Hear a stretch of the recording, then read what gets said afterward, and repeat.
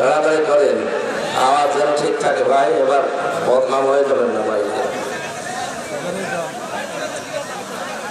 বিসমিল্লাহির রহমানির রহিম। এটা ঠিক নয়, এটা না। আপনি এইটাই বলেন, এইটা ঠিক নয়। খুলে দেবো এটা, থাক থাক আমি খুলে দেবো এগুলো এগুলো আওয়াজ আসছে, জোরে টান দিলে তো ঠিক। না না ছেড়ে যাচ্ছে তখন টান দিয়ে রেখে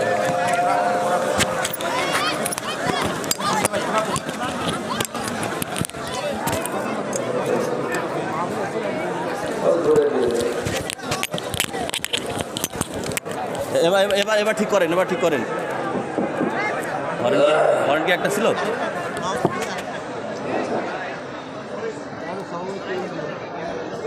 বিসমিল্লাহির রহমানির রহিম।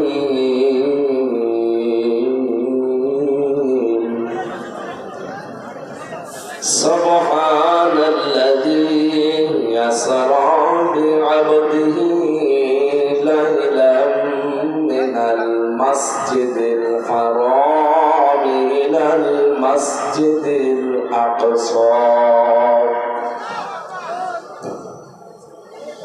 إلى المسجد الأقصى الذي باركنا حوله لنريه من آياتنا إنه هو السميع البصير اللهم صل على سيدنا مولانا محمد وعلى آل سيدنا مولانا محمد।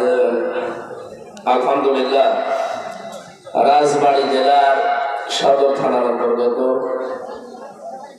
আল্লাহ নওয়াজ খায়রু একাডেমি মাঠ প্রাঙ্গণে ঐতিহাসিক লক্ষ্মীকোণ রাজার বাড়ি মাঠে তাফসীর কোরআন মাহফিলের স্বনামধন্য সভাপতি বাংলাদেশ জামাতে ইসলামী রাজবাড়ী জেলা শাখার শ্রদ্ধাভাজন জেলা আমির অ্যাডভোকেট মোহাম্মদ নুরুল ইসলাম আতালাল্লাহু উমরাহু ওয়া বারাকাল্লাহু ফি হায়াতি আমিন। মাহফিলের প্রধান অতিথি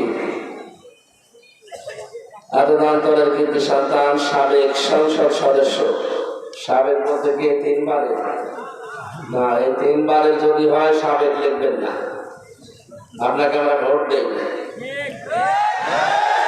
বিশেষ করে এই 15.5 বছরে যারা নির্বাচনের নামে প্রহসন করে এমপি মন্ত্রী হয়েছে, সাবেক লিখতে পারবেন না, টাকাগুলো আরো ফেরত দেবেন।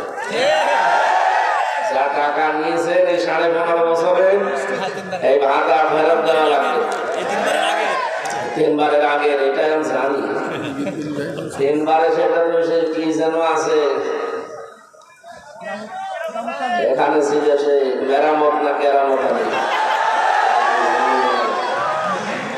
সুতরাং ওনারা যেন সাবেক লিখতে না পারে, যদি লেখেন সর্বোচ্চ লিখবেন সাবেক চোর, যা ছিল তাই লিখবেন। বেশি ডিগ্রি দিয়ে বলবেন যে সাবেক ডাকাত, আসলে তো তারা চোর ডাকাতি ছিল। এদের ভোট যারা রাতে করে এরা কি বলেন? জনগণের ম্যান্ডেট না নিয়ে যারা 154 জন ডিক্লেয়ার দেয় এরা ডাকাত না? আমরা ডাকাতকে আমি আসছিলাম যেখান থেকে ডাকাতের কবলে পড়েছিলাম, তো ধরতে পারিনি। কালকে নাটোর থেকে পাবনার এই মাঝে একটা জায়গায় গাছ ফেলা ছিল, আর 10-15 মিনিট হলে হয়তো আমাদেরকেও ধরে ফেলতো। আল্লাহ বাঁচিয়ে দিয়েছে আলহামদুলিল্লাহ। ওদের চাইতে এই ডাকাত গুলো আরো ভয়ঙ্কর ডাকাত। এরা তো জীবিত মানুষদের কাছে যা পায় তাই নেয়, ওরা মরা মানুষের কাছে নাকি ভোট দিয়েছে।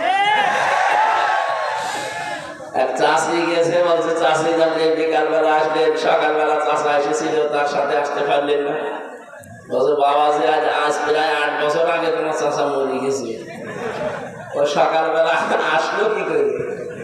এই ছিল দেশের নির্বাচন। সুতরাং ওনাদের নামের আগে যেন এমপি মন্ত্রী কেউ না লেখে। প্রধান অতিথি আজকের এতদন্তরের কৃতি সন্তান, রাজনীতিবিদ, বাংলাদেশ জাতীয়তাবাদী দল বিএনপির কেন্দ্রীয় কমিটির স্থায়ী সদস্য জনাব আলী নওয়াজ মাহমুদ খয়ম ভাই, আতালাল্লাহু আমরাহু ওয়া বারাকাল্লাহু ফি হায়াতি। সকলে বলেন আমিন। হযরত ওমরকে আল্লাহ যেভাবে আলো দিয়েছিলেন কোরআনে, তার পুরো অন্তরটা আল্লাহ কোরআনের নূরে মনোজ্জ্বল করে দেন। এতক্ষণ যিনি এখানে কথা বললেন আমার শ্রদ্ধাভাজন বড় ভাই, ইসলামিক চিন্তাবিদ, শিক্ষাবিদ জনাব মাওলানা মহিউদ্দিন, সভাপতি তালিমুল কোরআন ফাউন্ডেশন চুয়াডাঙ্গা জেলা। আলোচনা রেখেছে সাবেক ভাইস চেয়ারম্যান রাজবাড়ী সদর উপজেলা পরিষদ। এটাও সাবেক কি? ওই সাবেক মাওলানা সৈয়দ আহমেদ ও আমার মুরব্বী, আতালাল্লাহু আমরাহু ওয়া বারাকাল্লাহু ফি হায়াতি। বিশেষ করে এই 3 বারে যারা, তাদের আমি মানি না, তাদের নাম কোনো জায়গায় পাচ্ছি না। যদি পাই এমন অপমান করবো, জীবনে এমপি মন্ত্রী হওয়া স্বাদ মিটে যাবে। মঞ্চে বসা আছেন সম্মানিত ব্যক্তিবর্গ, দূর দূরান্ত থেকে যারা এসেছেন, তারা কিন্তু আপনাদের এই গ্রামের এখন মেহমান। আমি সহ যারা বাইরের আছি সব আমরা মেহমান না? নবীজি বলেন যারা আল্লাহ এবং পরকালে বিশ্বাস করে তারা যেন মেহমানের সম্মান করে। যদিও প্রশাসনের ভাইরা দায়িত্ব নিয়েছে, চেষ্টা চালাচ্ছে, কেউ কথা বলবে না ভাই। দিনের বেলা এমনি ক্যান্সার হয় আর আমার শরীরও ভালো না। জালেমরা 3টা বছরে আমার ফাঁসির কন্ডেম ছেড়ে শেষ করে ফেলেছে। আমি যেমন বাড়িতে থাকার কথা, আপনারা জোর করে করে নিয়ে আসেন, তাই আশা রাখছি। আজকের মাহফিলটা তো আমি সত্যি জানতাম না। এই কয়েকদিন আগে আমার শালা আমার জোর করে বলছে যাওয়া লাগবে। যেহেতু শ্রদ্ধাভাজন বড় ভাই মাওলানা মহিউদ্দিন সাহেব, এই জন্য ওনার কথা মতো আমি এসেছি। আমি আপনাদেরকে কাউকে চিনিও না, কারো মাধ্যমে দাওয়াতও নেই। আজকে মাহফিল আমার ফরিদপুর শহরে, যেন ওখানেই বের হওয়ার কথা, তারপরও চলে যখন এসেছি আল্লাহ যেন শরীরটা সুস্থ করে দেন।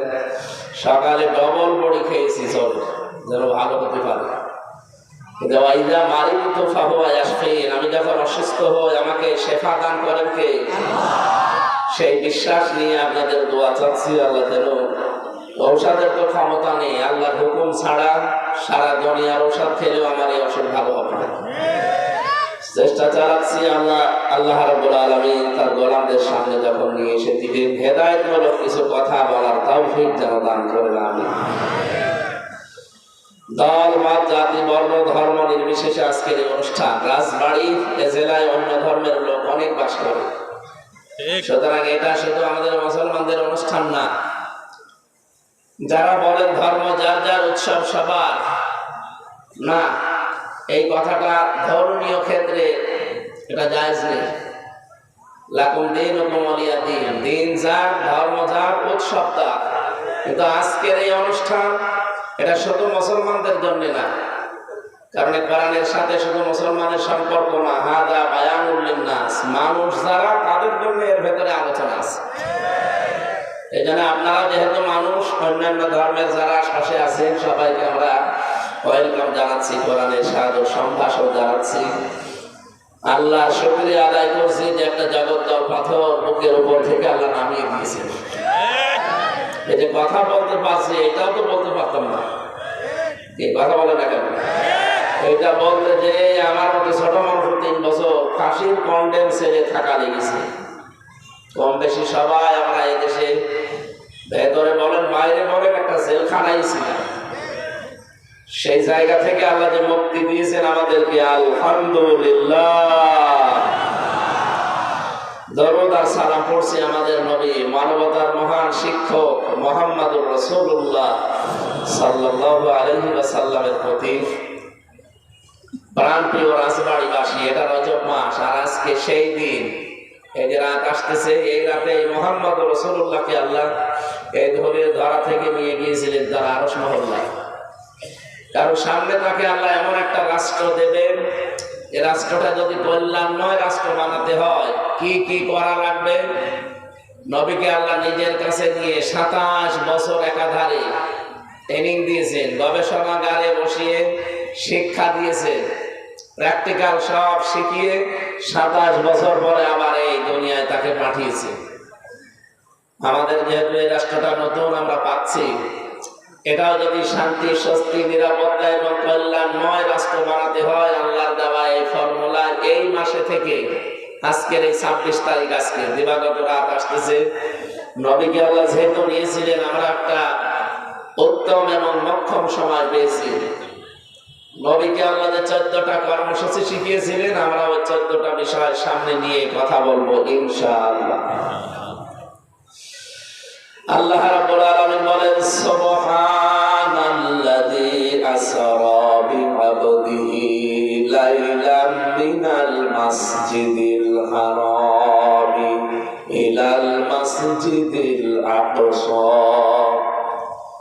সব পবিত্রতা ওই আল্লাহর জন্য, যিনি তার বান্দাকে মসজিদে হারাম থেকে মসজিদে আকসা পর্যন্ত কোনো এক রাতে ভ্রমণ করিয়েছিলেন।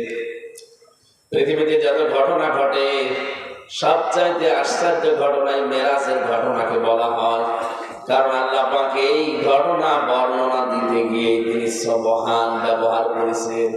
সুবহান মানে আশ্চর্য, সুবহানাল্লাহ মানে কি? কোন আশ্চর্য জিনিস দেখলে আমরা এই শব্দটা বলি সুবহানাল্লাহ, আল্লাহ পবিত্র। এত আশ্চর্য ঘটনা যে আল্লাহ নিজে এটা বলতে গিয়ে নিজেই তিনি সুবহান ব্যবহার করেছেন। আমাদের কাছে তো ব্যবহার বিশ্বাস হওয়া দূরের কথা, আল্লাহ নিজে আশ্চর্য হয়ে গেছে যে ঘটনা কি এমন। বলেন তো, 27টা বছর পার হয়ে গেছে, অথচ পৃথিবী জানে না। বাইরের দেশের কোনো মেহমান যদি এদেশে আসে, বিমানবন্দরে নামার পরে রাষ্ট্রীয় যে অতিথি ভবন আছে, এ পর্যন্ত যাবার জন্য যে রাস্তা, আপনি দেখবেন বাইরের কোনো মেহমান আসলে প্রশাসন সব অ্যালার্ট হয়ে যায়। সরকারের পক্ষ থেকে রাস্তাটা নিরাপদ করা হয়, যে যেখানে চলাফেরা করে রাষ্ট্রের তরফ থেকে বলা হয় ওখানে থেমে যান। আগে মেহমান পৌঁছাবে তার অতিথি ভবনে, পরে আবার আপনাদের কাজ কারবার চালু করবেন। তামাম পৃথিবীর শ্রেষ্ঠ মেহমান যেহেতু আমার আল্লাহর নবী মুহাম্মদুর রাসূলুল্লাহ, তাকে আল্লাহ এই ধরনের ধরা থেকে নিয়ে গেছেন। যখনই আরম্ভ হয়েছে সফরটা, ওখান থেকে শুরু করে যেখানে যাবেন, কাজকর্ম শেষ করে আবার যেখান থেকে নিয়েছেন এখানে নামিয়ে যাবেন। এ বিশাল সফরটা যতদিন লাগে, যেখানে আছে সব স্টপ হয়ে গেছে। এই জন্য আমরা 27 বছর টের পাইনি, কিন্তু এটা তাফসিরে পেয়েছি। 27টা বছর একাধারে কি করলেন তাকে নিয়ে। বিশ্বনবীকে সর্বপ্রথম আমার আল্লাহ লিনুরিয়াহু মিন আয়াতিনা, আল্লাহ পাক বলেন যেন আমি তাকে আমার নিদর্শনগুলো দেখাতে পারি। যতগুলো নিদর্শন দেখিয়েছিলাম তার অন্যতম নিদর্শন হচ্ছে মিজানের পাল্লা। এইদিকে তাকান, আমি গতানুগতিক কথা বলি না, যা বলি ওখান থেকে গুরুত্বপূর্ণ একটা শিক্ষা বের করি। যতগুলো বিষয় দেখালেন 27 বছর ধরে ধরে, সবচাইতে গুরুত্বপূর্ণ যেটা, তার নাম মিজানের পাল্লা। নাম কি? এটা এতদিন কোনোদিন শুনেছেন? শোনেননি? মিজানের পাল্লা নাম শোনেননি? আমরা বাংলায় যেটা বলি দাড়ি পাল্লা, না, মিজান মানে কিন্তু দাড়ি পাল্লা না। মিজান মানে মানদণ্ড। মিজান মানে কি? আপনি হাইকোর্টের সামনে যে দেখবেন একটা দাড়ি পাল্লা টাঙানো আছে, দুই দিকেই পাল্লাটা একেবারে সমান, নাকি একদিকে একটু ঝোঁকানো আছে? দুই দিকে সমান দিয়ে এই দেশের 18 কোটি মানুষকে সরকার বোঝাতে চায় যে অন্তত সারা দেশে যদি ন্যায় বিচার নাও পাবে, হাইকোর্টে আসলে ন্যায় বিচার পাবা। এটা একটা মানদণ্ড টাঙিয়ে রেখেছে। যদি আমরা এত বছর পাইনি, খালি দাঁড়িপাল্লা টাঙানোই ছিল, কিন্তু অন্তত 15.5 বছর ন্যায় বিচারের যন্ত্রণাও ছিল না। বলেন তো ন্যায় বিচার থাকলে আমার মতো একটা মানুষ 3 বছর কি করেছিলাম, ফাঁসির কন্টেম ছেড়ে থাকে তারা যারা মার্ডার মামলার আসামি, কারে মার্ডার করেছি। আমার যে মামলা দিয়েছিল শয়তান বিশ্বাস করে না, জজ পর্যন্ত হাসতো যে এ কি রায় দেব, কিন্তু 3টা বছর তো দিতে পারেনি। আগস্টের 5 তারিখে মামলা শুধু তুলতে দেরি, জজ মামলার নথিপত্র দেখে বলছে কি দেখে বিচার করবো, কোনো মাল নেই। এতদিন যে মামলা জামিন দিত না, এখন বলছে খারিজ করে দিলাম। বলতে গেলাম যে মাননীয় আদালতে মামলাটা 3 বছর তো আপনার কাছে ছিল, তখন তো বললেন না যে কোনো মাল নেই। এখন হঠাৎ করে মাল পাচ্ছেন কোথায়? উনি এই কথাই বলতো যে হুজুর কিচ্ছু করার নেই, হাত বাঁধা ছিল। কি কথা বলবেন? এই দেশের 1628টা চেয়ার আছে, মেন চেয়ার।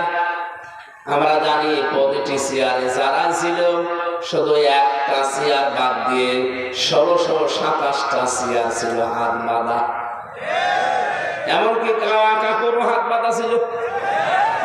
উপরে উপরে বলতো চাই, একটা হাত শুধু খোলা ছিল, উনি যা বলতো তাই, ওইটাই রায়, ওইটাই বিচার, সেটা ন্যায় বিচার হোক আর অবিচার হোক। রব্বুল আলামিন এমন অপমান করে দুনিয়া থেকে, বিশেষ করে আমাদের কাছ থেকে তাড়িয়ে দিয়েছে। আমার মনে হয় পৃথিবীর ইতিহাসে এত অপমান আর কাউকে করেনি। এটা ময়লার বস্তা, 257টা রাষ্ট্র কেউ নিতে রাজি হয়নি। স্বামী স্ত্রী পাতিয়েছিল, এই যে আমরা বন্ধ পাতাই না, স্বামী স্ত্রী পাতিয়েছিল ওই জায়গায় যে আশ্রয় দিয়েছে। কিন্তু দুঃখজনক হলো সত্য, এখন গলা কাটা হয়ে দাঁড়িয়েছে দাদা বাবু। ডোনাল্ড ট্রাম্প এই 20 তারিখে শপথ নেওয়ার পরে ঘোষণা দিয়েছে 16 লাখ ভারতীয় আছে আমার আমেরিকায়, সব আমি ফেরত পাঠিয়ে দেবো। অলরেডি পাঠানো আরম্ভ করেছি। দাদার ক্ষতি খুলে যাবে, রাখতে পারবে না। এখন গলা কাটা হয়ে দাঁড়িয়েছে, না পারছে ফেলতে, না পারছে গিলতে।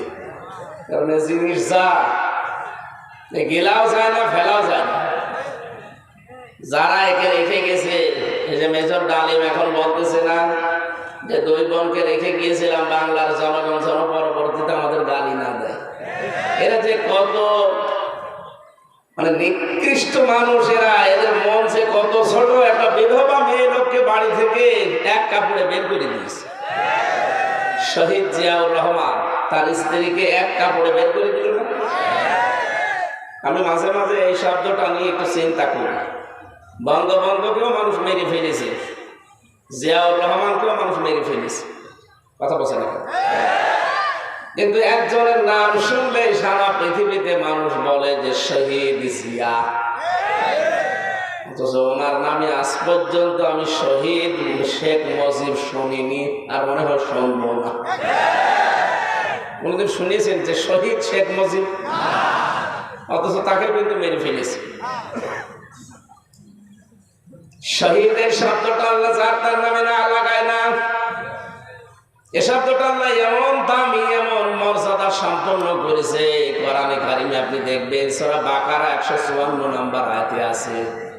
এই শব্দটা এত দামি আল্লাহর কাছে, কোন মানুষ যেন শহীদ যারা তাদেরকে মৃত না বলে।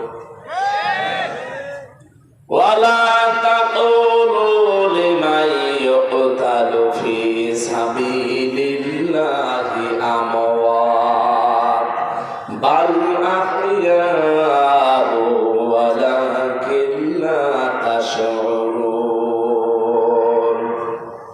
রব্বুল আলামিন বলেন, যারা আমি আল্লাহর জন্য জীবন দিয়েছে এদেরকে মৃত বলবা না।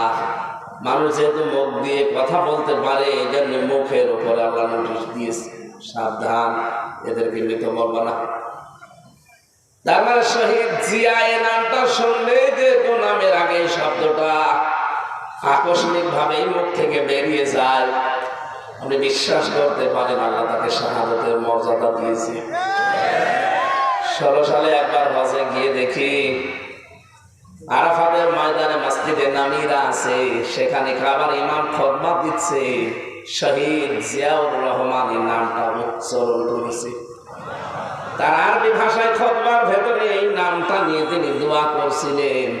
বাংলা অর্থ দাঁড়ায় এইটা যে, হে আল্লাহ, বাংলার সন্তান শহীদ জিয়াউর রহমানকে কবরে তুমি সর্বোচ্চ মাকাম দান করো।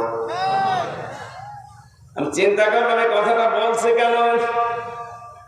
আমার সাথে যারা ছিল, যে কয়টা আলেম ছিল, ওনারা বলছে যে নিম গাছের নিচে আশ্রয় নিয়েছেন, এটা নিম গাছ না, এটা জিয়া গাছ। আমরা বাংলাদেশে নিম গাছ বলি, কিন্তু এই দেশের মানুষ বলে জিয়া গাছ।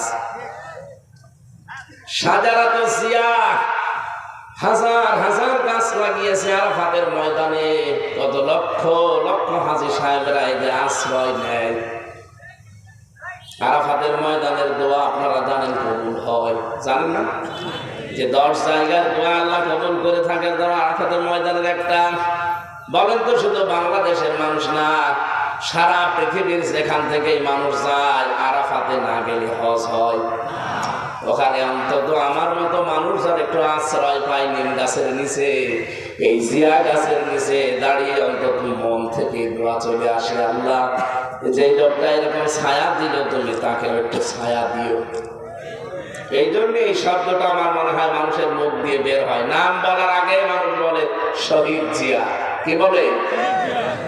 আল্লাহ যেন তাকে শহীদ হিসাবে কবুল করে। আর যার নাম শুনলে শহীদ শব্দ কেউ বলে না, আসেও না, এখন তার জন্য দোয়া করবো কি? জোর করে 15.5 বছর অনেকে দোয়া করে নিয়েছিল, কিন্তু এমন দোয়া করেছে এক হুজুর বলছে, আল্লাহ বঙ্গবন্ধুকে তুমি জাহান্নামের সর্বনিম্ন স্তরে দিও। এমনি দোয়া বের হয়। জাহান্নামের কাজ অবশ্যই করেছে, না তার দোয়া বের হবে কেন? মুখের পরে মানুষ যেহেতু কথা বলতে পারে না, কথার পরে যারা বলতে পারে না, অন্তরে যেহেতু একটা ধারণা করতে পারে, এই জন্য আল্লাহ অন্তরের উপরে নোটিশ দিয়েছেন। এটা সূরা আলে ইমরানের 169 নম্বর আয়াতে আছে, ওয়ালা তাহসাবান্নাল্লাযীনা কুতিলু ফী সাবিলিল্লাহি আমওয়াতা বাল আহয়াউন ইনদা রাব্বিহিম ইরযাকুন। রব্বুল আলামিন বলেন, যারা শহীদ হয় তাদেরকে মরা বলবা না, মৃত বলবা না, তারা জিন্দা। জীবিত থাকলে, জেগে থাকলে যেহেতু খাওয়া লাগে, এজন্য আমি আল্লাহ নিজে তাদেরকে রিজিক দেই। আজ খয়ম সাহেব যদি এখন মারা যান, যদি ঈমান নিয়ে মরতে পারেন, কবরে যাবে, ফেরেশতা এসে বলবে, নাও টানাও, ঘুমিয়ে পড়ে। কতদিন ঘুমাবেন? যেই দিন আর ইসরাফিল ফুৎকার দেবে ওই দিন পর্যন্ত, এর আগে পরে আর কিছু নেই। তা যদি ঈমান নিয়ে মরতে পারে, খালি ঘুমিয়ে পড়বে, একবারে ফুৎকার দিলে উঠে দেখবে কিয়ামত কায়েম হয়ে গেছে। কিন্তু শহীদ হলে সে ঘুমাবে না। আল্লাহ বলেন, ওর কাছে আমি রিজিক পৌঁছাবো। বলেন তো, ঘুমিয়ে থাকলে খাওয়া লাগে? বলেন বলেন। জেগে থাকলে? আর খাবার খেলে যেহেতু রক্ত গোশত তৈরি হয়, তাহলে শহীদ যারা হয় ওরা শুধু জীবিত না, ওদের রক্ত গোশত তৈরি হচ্ছে। এর প্রমাণ দিয়েছেন হযরতে আমির হামজা রাদিয়াল্লাহু তাআলা আনহু। তিনি যে উহুদের ময়দানে শহীদ হয়েছিলেন, তাকে 70 থেকে 72 টুকরা করেছিল কাফেররা। তার ইন্তেকালের প্রায় 30 বছর পরে একবার মদিনায় ঢল হওয়ার কারণে তার কবরটা ভেঙে যায়। ওই সময় যারা ছোটবেলায় যুদ্ধ করেছিল তার সাথে এখন তারা মুরব্বী হয়ে গেছে। রক্ত অনুসন্ধান করতে গিয়ে দেখে 30 বছর আগে মুহাম্মদুর রাসূলুল্লাহর আপন চাচা হযরতে হামজা কাফেররা সেই জায়গায় তাকে দরবার দিয়ে আঘাত করেছিল তীর দিয়ে, ওই খাসা জায়গাগুলো এখনো ফিনকি দিয়ে রক্ত বের হচ্ছে।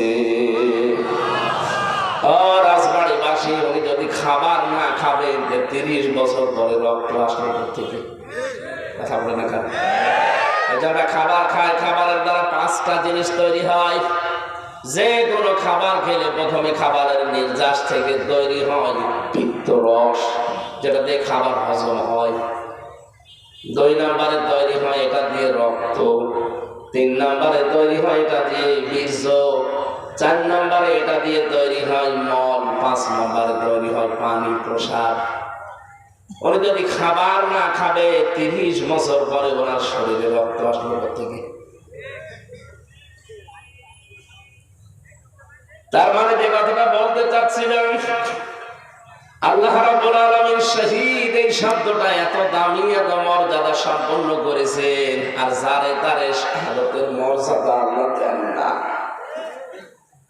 وَلِيَعْلَمَ اللَّهُ الَّذِينَ آمَنُوا وَيَتَّخِذَ مِنكُمْ شُهَدَاءَ। সূরা আলে ইমরানের 140 নম্বর আয়াতের মাঝের অংশে আছে, আল্লাহ পাক বলেন, যার জীবন যৌবন আমার কাছে ভালো লাগে, যার অ্যাক্টিভিটিস, যার মানবতার কল্যাণমূলক কাজগুলো আমি আল্লাহর জন্য ভালো লাগে, তখন তাকে সাধারণভাবে মরণ দেই না, ওকে মরণ দিলে আমি আল্লাহ শাহাদাতের মরণ দিয়ে ধন্য করি। এই জন্য আমাদের উচিত হচ্ছে নবীদের মতো, সাহাবীদের মতো সারাটা জীবনে দোয়া করা, আল্লাহুম্মা ইন্নী আসআলুকা শাহাদাতান ফি সাবিলিক। হযরত ওমর বলেন, সারাটা জীবন দোয়া করতাম, আল্লাহ তুমি যদি মরণ দাও বিছানায় পড়ে এমনিতেই মরণ দিও না, সাধারণভাবে তুমি আমার শাহাদাতের মরণ দিও। এজন্য শহীদ যারা হয় ওরা কিন্তু অনেক দামি, ওরা এমনি এমনি শাহাদাতের মরণ পায় না। ওদের জীবন যৌবন, ওদের মানবতার কাজগুলো আমার আল্লাহর কাছে ভালো লাগে, তখন আল্লাহ ওদের শাহাদাতের মরণ দিয়ে ধন্য করে। বলেন সুবহানাল্লাহ। আল্লাহ আমাদের মরণটাও যেন শাহাদাত হিসাবে কবুল করে। কিডনি পচে যাওয়া, বিছানায় তড়পায় তড়পায় মরা চাইতে শাহাদাতের মরণ যদি নসিব হয়, মনে হবে যে পিপিলিকায় কামড় দিয়েছে। যে কথা থেকে পর্যন্ত এসেছিলাম, মিজান, ন্যায় বিচার, এই শর্তটা শুধু আজ আমাদেরকে ফাঁকি দিয়েছে, ধোঁকা দিয়ে বোকা বানিয়ে রেখেছে। বাংলার মুসলমানদের রেকর্ড হচ্ছে, বিশ্বাস করেন যতই মুখে বলি উড়ান না কেন, আমার হাকামা বিহি আদালা, এই কোরআন যতদিন বাংলাদেশে কায়েম না হবে ততদিন আপনি ন্যায় বিচারের দন্তন্য পাবেন না। এটাই যারা কায়েম করার চেষ্টা চালান। ন্যায় বিচার কাকে বলে, কত প্রকার, কি কি আপনি দেখতে পাবেন। হ্যাঁ, এটা যদি আপনার কাছে রাজনীতি মনে হয়, হ্যাঁ এটাই রাজনীতি, এটা বলছে না কেন। এটা যদি আপনার কাছে ধর্ম ব্যবসা মনে হয়, এইটাই ধর্ম ব্যবসা। কারণ এতদিন আমরা 54 বছর দেখেছি ন্যায় বিচারের নাম শুনে ন্যায় বিচার পাইনি। সুতরাং এইটা এখন দেখতে বাকি আছে। সত্যি যদি এটা কায়েম হয়ে যায় দেশে, আল্লাহর কসম আপনি ন্যায় বিচার দেখতে পাবেন। আর আমার বড় আশা এটা আমরা দেখতে পাবো ইনশাআল্লাহ। কারণ কি, কথা বলছে, আগস্টের 5 তারিখের আগের ইন্টারন্যাশনাল জরিপগুলো দেখবেন। আমি যা বলছি সব পড়ি এবং দেখে বলছি। যতগুলো জরিপ এই দেশে আগস্টের 5 তারিখের আগে আমরা দেখেছিলাম, আমেরিকা, ভয়েস অফ আমেরিকা, এটা খ্রিস্টানরা চালায়। মাইক্রোসফট, এটাও খ্রিস্টানরা চালায়। আমেরিকার গোয়েন্দা বিভাগ যারা, এরা আমরা একটাও খালাতো ভাই না, চাচাতো ভাই না, মামাতো ভাই না, কথা বলে না কেন, সব আমাদের শত্রু। তারপরেও রিপোর্ট দিত, এই দেশের মাত্র 100 জনের 15 জন কোরআনে কারিমে এই দেশে কায়েম হোক এটা চাইতো। মাত্র 100 জনের 15 জন। এতে জানুয়ারিতে রিপোর্ট বেরানো আরম্ভ হয়েছে, দেখেছেন। মাত্র 4.5 মাস, 5 মাসের ব্যবধানে এই দেশে এখন 100 জনের 58 জন মানুষ চাচ্ছে দেশে কোরআনের বিধান কায়েম হোক।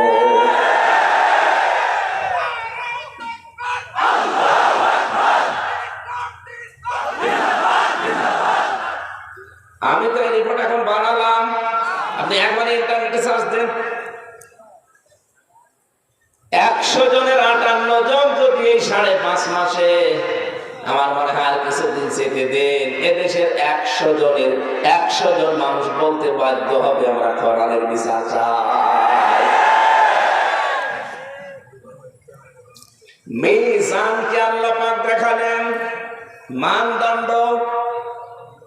বাংলাদেশে একটা ভ্রান্ত ধারণায় অনেকে আমরা আছি, আপনি আমার সাথে একমত হবেন কিনা আমি জানি না, আমি চিন্তা ভাবনা করে বলছি।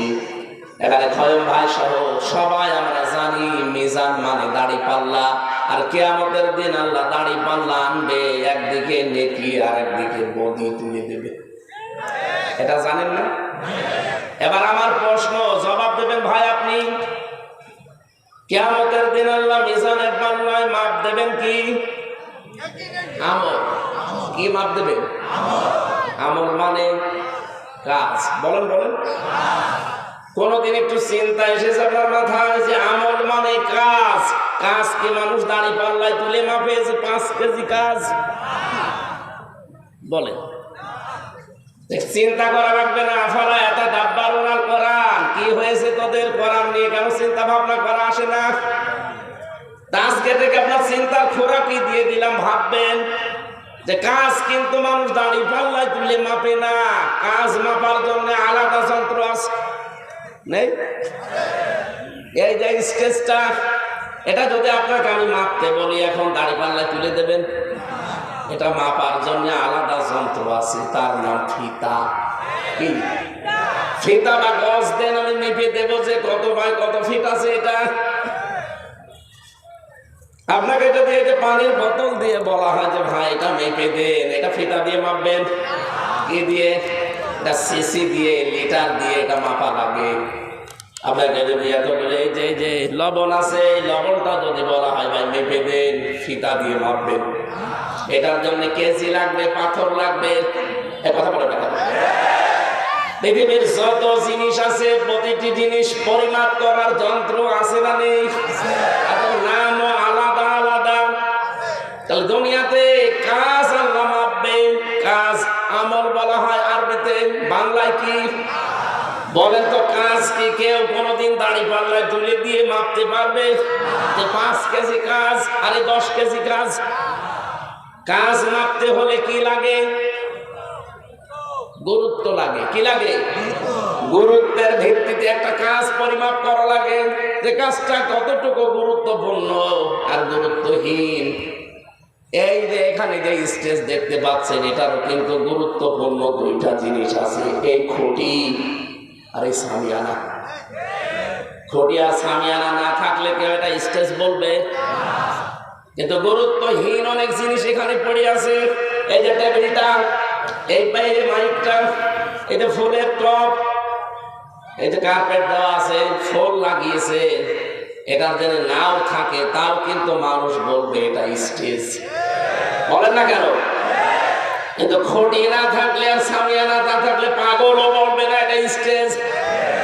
আল্লাহ রাব্বুল আলামিন যত ইবাদত দুনিয়ায় দিয়েছেন, আপনি দেখবেন প্রতিটি ইবাদতে কিছু গুরুত্বপূর্ণ আর গুরুত্বহীন এগুলো ভাগ করে দিয়েছেন। যেমন নামাজের ফরজ কয়টা? 13টা। কয়টা? এই 13টা ফরজের যদি 12টা আদায় করেন, একটা আদায় করেননি, আপনার সওয়াব হবে কয়টা? একটাও না।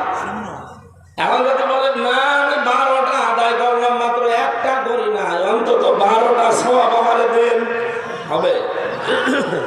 এটা যেমন সহজে বুঝলেন, এই স্টেজের খুঁটি আর সামিয়ানা বাদ দিলে যেমন এর কোনো গুরুত্ব থাকে না, আল্লাহ প্রতিটি ইবাদত এরকম ভাগ ভাগ করে কিছু গুরুত্বপূর্ণ জিনিস আমাদের আগে দাঁড়িয়েছেন। নামাজের ভেতরে গুরুত্বপূর্ণ জিনিস 13টা। রোজা ভেঙে যায় এরকম 5টা বা 7টা কারণে। কয়টা? হজ ভেঙে যায় 3টা কারণে বা 5টা কারণে। পৃথিবীর প্রত্যেকটা ইবাদত ভাগ ভাগ করে আল্লাহ আমাদেরকে এটা জানাতে চেয়েছেন যে আগে গুরুত্বপূর্ণটা আদায় করো, এরপরে গুরুত্বহীন এগুলো না থাকলেও কিন্তু তোমার কাজ হয়ে যাবে। একজন জবাব দিয়ে দেবে কিয়ামতের ময়দানে আল্লাহ যখন আপনার কাজ মাপবেন, গুরুত্বের ভিত্তিতে মাপতে গিয়ে এই কোরআনে আল্লাহ গুরুত্বপূর্ণ কাজ দিয়েছেন 500টা। কয়টা বলেন বলেন? আপনি কোরআন যারা পড়তে পারে দেখবেন শরীয়তের বিধান আছে এর ভিতরে 500। আপনি 499টা মানেন কিন্তু একটা মানেন না, আপনার সওয়াব হবে কয়টা? নামাজের 12 ফরজ আদায় করলে একটা ফরজ আদায় না করলে যেমন পুরা নামাজ বাদ, একটা সওয়াব হয় না, 0 বা 0 হয়। এই দুনিয়াতে আমাদেরকে আল্লাহ 500টা ফরজ বিধান দিয়েছেন। আমরা অনেকে 499টা মানি কিন্তু একটা মানার ক্ষেত্রে গড়িমসি করি, বাদ দিয়ে দেয়। কিয়ামতে আপনার আমল নামা যখন আল্লাহ মাপ দেবে, আল্লাহর কসম আপনার 0 হবে, 0 হবে। এবার আসেন নামাজের 13 ফরজের প্রথম ফরজ কি? শরীর পাক। কি বললাম তো, একজন জবাব দিয়ে দেন, হয়ে যাবে।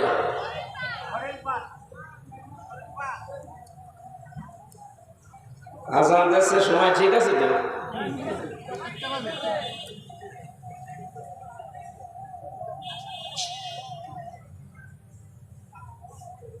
না, এইভাবে তো কথা বোঝানো যাবে না। এখানে হয়তো ভালোভাবে সঠিকভাবে শেষ পর্যন্ত বুঝবে না, বাইরে যে গেবত করবে যে কি এতদিন জানতাম আর কি শুনলাম। এই জন্য শেষ করা দরকার।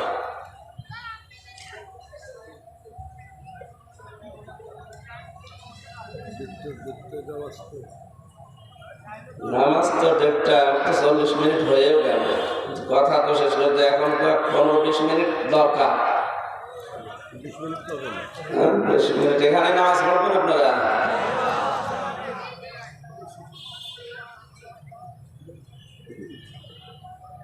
এখন তো এক এক জায়গায় এক এক আজান হবে, কেউ একটায় দেয়, কেউ একটা 5-এ দেয়, 10-এ দেয়, 15 পর্যন্ত আজান হতেই থাকে।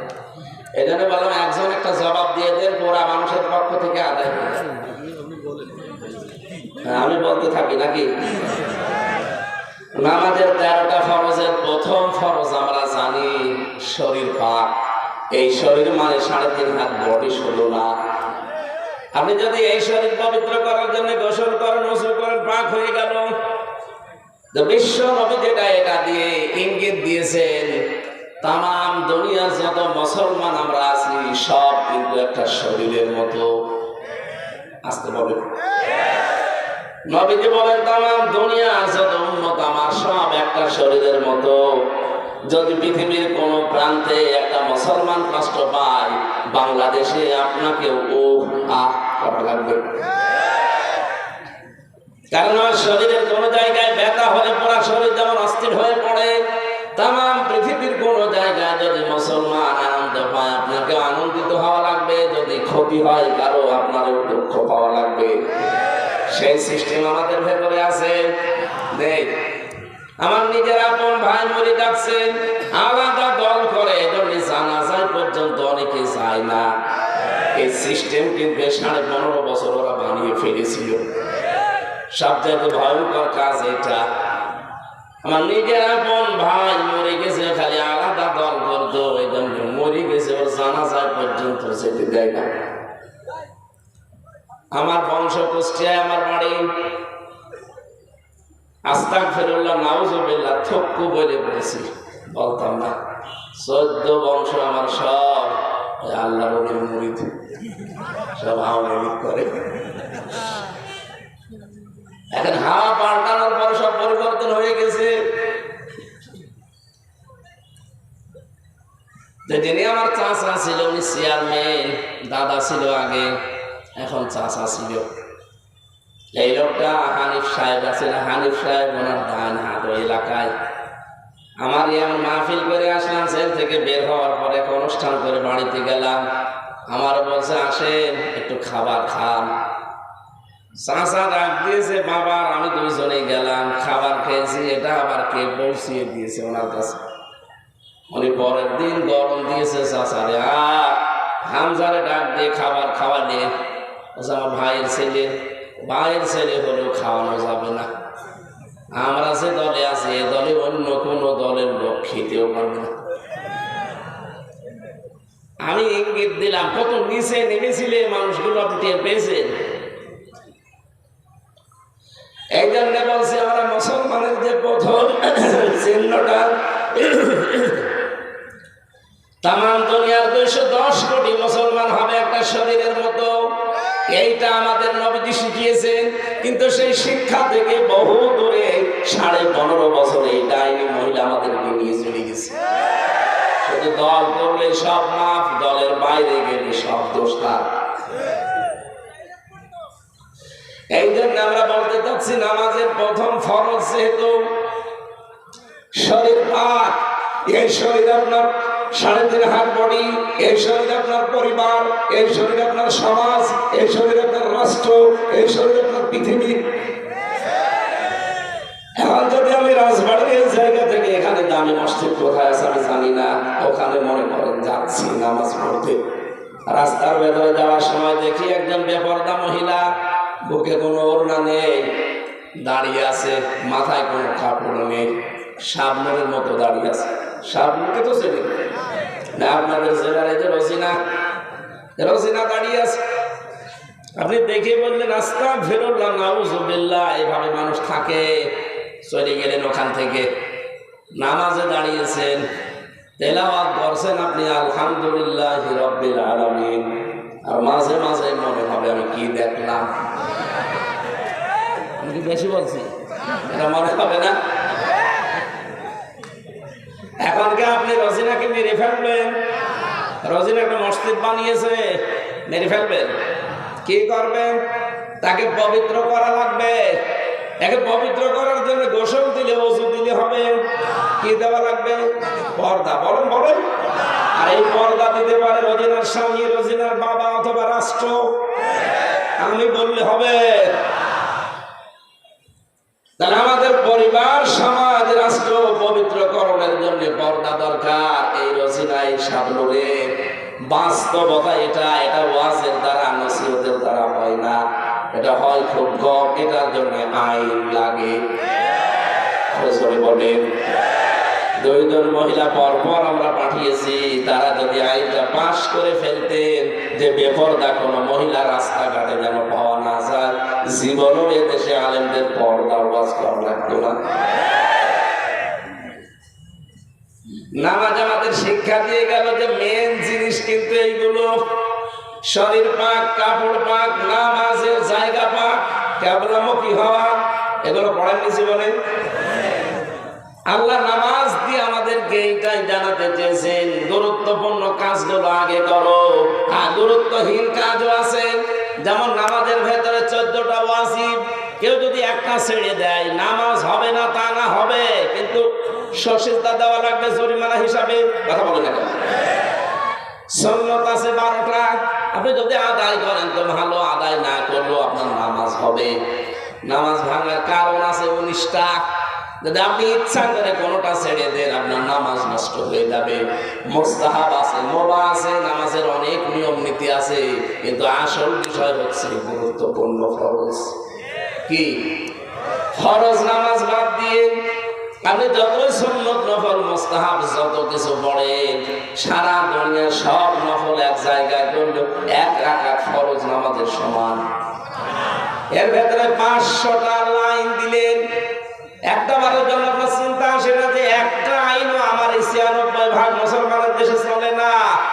গুরুত্বপূর্ণ হিসাবে তো এই 500 আইন আগে দরকার। বলেন, এটা তো কায়েম করবে ফেরেশতারা। আমরা তো এই কথাগুলো আপনাকে বোঝাতে চাই যে স্টেজের যেমন খুঁটি দরকার আর সামিয়ানা দরকার নাই, তো স্টেজই থাকবে না। আপনার জীবনে এই 500 ইবাদত আগে দরকার। আপনি 499টা জানেন, আমি মানি, কিন্তু একটাকে মানি না আর অস্বীকার করি। যেমন কোরআন দিয়ে রাজনীতি করা লাগবে, এটা অনেকে মানে না আর বিরোধিতা করে। কোরআন দিয়ে যে রাজনীতি করা লাগবে এটা আছে কোরআনে 918 জায়গায়। কত? আর অনেকে বলে যে আমি খুঁজেই পাই না। আপনি পাবেন কি করে? আপনি কোরআন পড়তে পারেন? 918 জায়গায় আল্লাহ ডাইরেক্ট ইনডাইরেক্ট মিলিয়ে আয়াতগুলো দিয়েছেন আমাদের জন্য। রাজনীতি এটা কিন্তু দুনিয়ার কাজ না, এটা একটা ইবাদত। এই ইবাদত থেকে আমরা অনেকেই গাফেল। এই জন্যই তো 15.5 বছরে সালেমরা 180 মাইল বেগে চালিয়েছে। কোরআনে কারিমে আল্লাহ জানিয়েছেন ইন্নী জাইলুন ফিল আরদি খলিফা, অবশ্যই আমি জমিনে খলিফা পাঠাবো। আল্লাহ বলেন না ইন্নী জাইলুন ফিল মাসাজিদি খলিফা, ফিল মাদারিসি খলিফা, ফিল খানকা খলিফা। এই রাজবাড়িতে অনেক খানকা আছে, দরবার আছে, আর পাশের জেলাতে আল্লাহ বলি আছে কি নেই? এই দেশে বহু খলিফা আমরা দেখি, খানকার খলিফা, এমনকি কাপড় চোপড় সেলাই করে সেও খলিফা, চুল কেটে দেয় সেও খলিফা। এক কথা বলছে না? আরে ভাই, খলিফা কি খানকায় থাকার কথা, দরবারে থাকার কথা, খলিফা থাকার কথা জমিনে। এমনি জাইলুন ফিল ফিল, আল্লাহ কি ফিল খানকা বলতে পারতেন না? যে খানকার খলিফা হলেই তো সে দায়িত্ব। আল্লাহ বলেন ফিল আরদি, জমিনে থাকা লাগবে খলিফাদের। আমরা যে আল্লাহর খলিফা এটা আমরা স্বীকার করি তো? বলেন বলেন, আমাদের থাকা লাগবে কোথায়? জমিনে। কোথায়? জমিনে। আজ আল্লাহর খলিফা গুলো নেই, এই জন্য জালেমরা এরকম ছাড় পেয়েছে। যদি আমরা জমিনে থাকতে পারতাম, এত 80 মাইল বেগে চালাতে পারতো না। আমরা সব আছি খানকায়, মসজিদে, মাদ্রাসায়, দরবারে। জমিন ফাঁকা পেয়েছে, যা মনে লাগে জানেন তাই করে। এখন থেকে আর করবে না। এখন আমরা থাকবো কোথায়? খানকার যারা খলিফা আছেন, দরবারের খলিফা আছেন, সব আসেন জমিনে। জমিনে যদি আমরা থাকতে পারি আর এই 500 বিধান যদি সত্যি কায়েম করতে পারি এই দেশে, এটা একটা মিনি জান্নাত হয়ে যাবে। কথা বলেন। আমি কি মিজান এটা দিয়ে যেটা বোঝাতে চাই আপনি বুঝেছেন? কিয়ামতের দিন আপনাকে দাড়ি পাল্লায় 5 কেজি 10 কেজি নেকি তুলে দিয়ে মাপবে না, আপনার ওজন হবে গুরুত্বের ভিত্তিতে। দুনিয়ায় গুরুত্বপূর্ণ কাজগুলো আপনি আগে করেছেন কিনা এইটা আগে দেখবে আল্লাহ। গুরুত্বপূর্ণ কাজই তো এটার বিধান দুনিয়ায় কায়েম করা। এটার ভেতরে আপনি নেই, আপনি শুধু আছেন খানকায় বসে বসে হো হো। আপনি কিন্তু ধরা খেয়ে যাবেন। আমি হো হো করতে নিষেধ করছি না, ওটা গুরুত্বপূর্ণ না, ওটা আরো পরে। এই যে চেয়ার না থাকলে যেমন এই স্টেজ থাকবে, অসুবিধা নেই। আপনি জিকির করবেন, হো হো করবেন, ওটা পরে, আগে এটা কায়েম করার জন্য চেষ্টা করেন। আল্লাহ এই সহজ কথাটা বুঝে ফেলার এবং আমল করার তৌফিক আমাকে দান করেন, বলেন আমিন। দ্বিতীয় নম্বরে বিশ্বনবীকে আল্লাহ দেখিয়েছিলেন, শুধু মিজান দেখাননি, তাকে আল্লাহ দেখিয়েছেন কি? তাকে আল্লাহ দেখিয়েছিলেন হাউজে কাউসার, যেটা আমরা পাওয়ার জন্য আশা ধরে বসে আছি যে কাউসারের পানি নবী আমাকে দেবে দেবে, কিন্তু আপনাকে নবীর উম্মত হওয়া লাগবে। বিশ্ব নবীকে আল্লাহ যখন কাউসার দেখাচ্ছিলেন, একটা সবুজ গম্বুজ, চারিদিকে পানি নালা হয়ে আসে, আর ওই গম্বুজের ভেতরে যখন পড়ে তখন গম গম করে শব্দ হয়। ফেরেশতাকে জিজ্ঞাসা করলেন যে এটা কি? জিবরাইল বলে, হে নবী, এই সেই কাউসার, কিয়ামতের দিন যে 1 গ্লাস পান করতে পারবে জান্নাতে যাওয়ার আগে আর পিপাসা তার লাগবে না। নবীজি বলেন, এটা পাবে কারা? ফেরেশতা বলে, আপনি তাকান, চারিদিকে লেখা আছে কি? চারিদিকে ঘুরে দেখলেন বিসমিল্লাহির রহমানির রহিম, এই শব্দটা লেখা। ফেরেশতা বলে, হে নবী, দুনিয়াতে যারা সব কাজে বিসমিল্লাহর আমল করে, আল্লাহ কিয়ামতে তাদেরকে হাউজে কাউসারের পানি দান করবেন। নবীজি দুনিয়াতে এসে যে কোনো কাজ হাত দেওয়ার আগে বিসমিল্লাহ বলতেন, আর মাঝে মাঝে বলেন, রব্বুল আলামিন, আমি কিন্তু কোনো কাজের আগে বিসমিল্লাহ বাদ দেই না, তুমি আমাকে কাউসার থেকে বঞ্চিত করো না। শহীদ জিয়া অনেকে তাই বিসমিল্লাহির রহমানির রহিম সংবিধানে তিনি সর্বপ্রথম সংযোজন করেছেন। তাই কথা বলেন না কেন? এদেশের কাজ যেহেতু আমাদের 18 কোটি মানুষের সংবিধান থেকে থেকে আমরা করি, সুতরাং এই শব্দটা তিনি ওখানে সংযোজন করলেন, আল্লাহ জানে ওসিলায় তাকে মাফ করে দেয়। যত মানুষ আমরা এই 15 বছরে দেখলাম, এরা বিসমিল্লাহ আরো তুলে দেওয়ার জন্য চেষ্টা চালিয়েছে। আরে ভাই, হাউজে কাউসার পেতে হলে বিসমিল্লাহর আমল করা লাগবে, আর আপনি আরো বিসমিল্লাহ তুলে দিচ্ছেন, কাউসার পাবেন। নবীজির একটি দিকে আল্লাহ পরবর্তীতে সূরা কাউসার তার নামে রিজার্ভ করে দিলেন। ইন্না আ'তাইনাকাল কাউসার, হে নবী আপনার জন্য আমি হাউজে কাউসারটা পুরা রিজার্ভ করে দিলাম। ফাসাল্লি লিরাব্বিকা ওয়ানহার, দুনিয়া যারা নামাজ আদায় করবে আর ত্যাগ তিতিক্ষা কোরবানি করবে এই মানুষগুলোকে আপনি এটা দিতে পারবেন। ইন্না শানিয়াকা হুয়াল আবতার, পৃথিবীতে যারা আপনার শত্রু তাদেরকে আমি আল্লাহ নির্বংশ করে ছাড়বো। বলেন আমিন। এরকম একটা একটা করে 27টা জিনিস তাকে দেখালেন। আল্লাহ রাব্বুল আলামিন বলেন 27টা জিনিস দেখানো শেষ হয়ে গেলে আমি 14টা জিনিস তাকে শিখালাম। 14টা জিনিস শিখিয়ে বললাম যান রাষ্ট্র যদি কল্যাণময় করতে চান এই রজব মাসে, আজকে যেহেতু 26 তারিখ, এই রাতে তাকে নিয়েছিলেন। আমাদের উচিত যারা দায়িত্বে আছেন আজকে রাত থেকে সূরা বানী ইসরাঈলের 23 থেকে 38 এই 16টা আয়াতের 14টা জিনিস দেওয়া আছে আল্লাহর পক্ষ থেকে।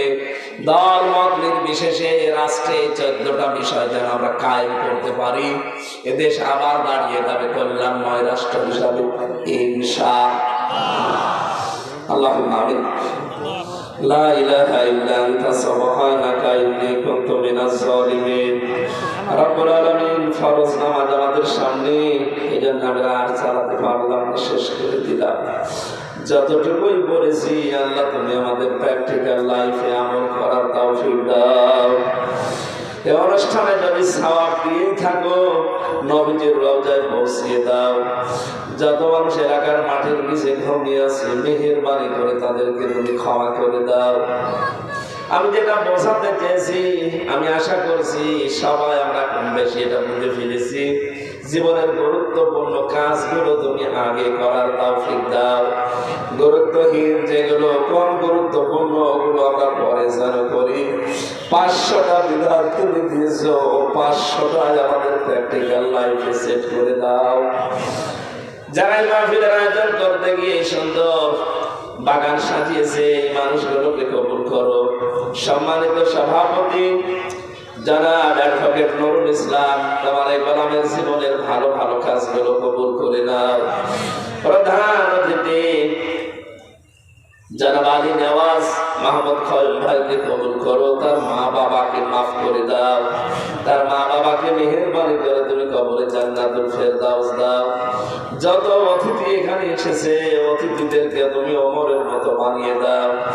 মা বোনদের জন্য আলাদা করে কিছু বলার সময় পেলাম না, মা বোনদেরকে খাদিজার মতো আয়েশার মতো বানিয়ে দাও।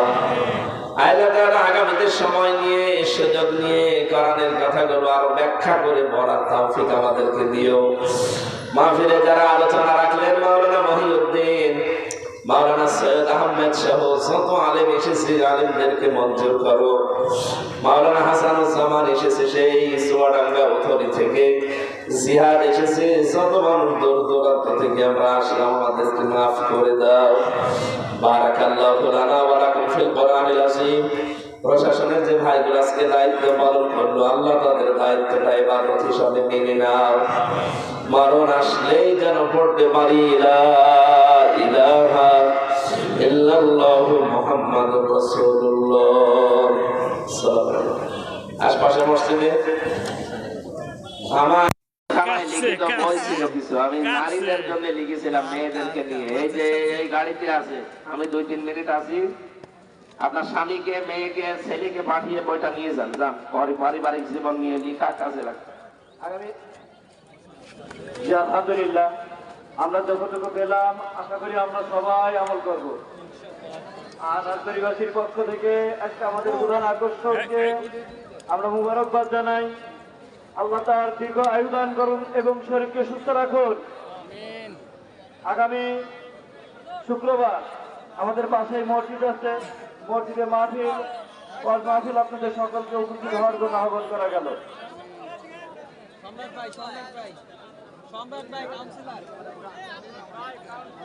প্রধান অতিথি হিসেবে আছেন মেহেদী হাসান। আপনারা সবাই আসবেন আগামী শুক্রবার। আপনারা সবাই শৃঙ্খলার সাথে যাবেন। আমাদের প্রিয় বক্তার গাড়িতে আমাদের মা বোনদের জন্য কিছু বই লেখা আছে, যারা বই নেওয়ার তারা সংগ্রহ করে নেবেন।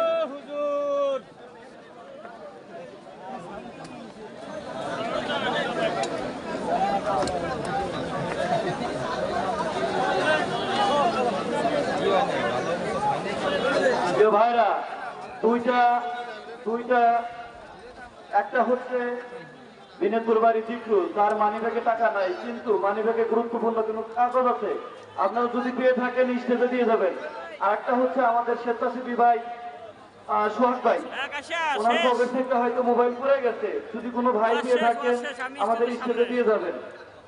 আশা করি এই কোরআনের মাহফিল থেকে কেউ কারো প্রতি বেইনসাফ করবেন না, দয়া করে দিয়ে যাবেন।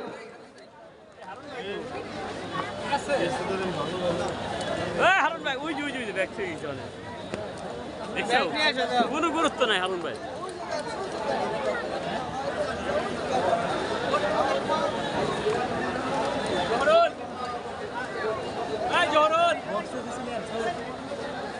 আকাশ ওই ব্যাগটা ধরো, ব্যাগ জি, আগামী শুক্রবারে আমাদের আরেকজন কারা নির্যাতিত বক্তা লোকসেটে আসছিলেন, গত 5 বছর আগে তাকে গ্রেফতার করা দিয়েছে আহমেদুর শাসন, তারও মাহফিল আছে আগামী শুক্রবার। আশা করি আপনারা সবাই উপস্থিত হবেন। আমাদের মেহেদী হাসান যশোরী সাহেবের আলোচনা আছে আগামী শুক্রবার, সকলকে আসার জন্য আহ্বান করা গেল। আর আমাদের এই মসজিদ লক্ষ্মীপুর বাইতুল আমান জামে মসজিদে আপনারা সবাই আসবেন, সকলকে দাওয়াত থাকলো।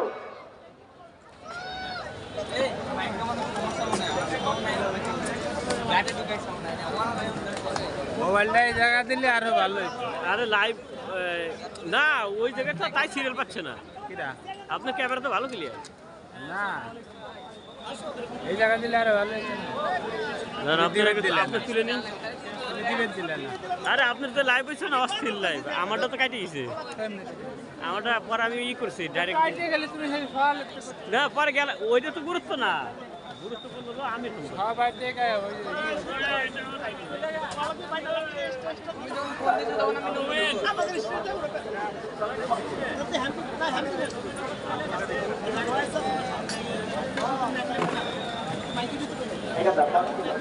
ইমরানের রঞ্জনী এসেছিল দিয়েছে।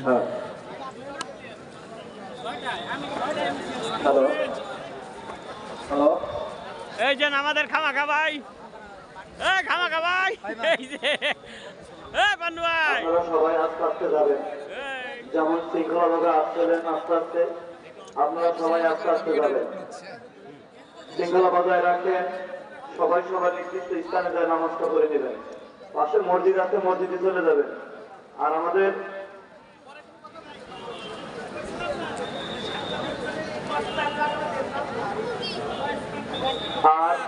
দ্বিতীয়ত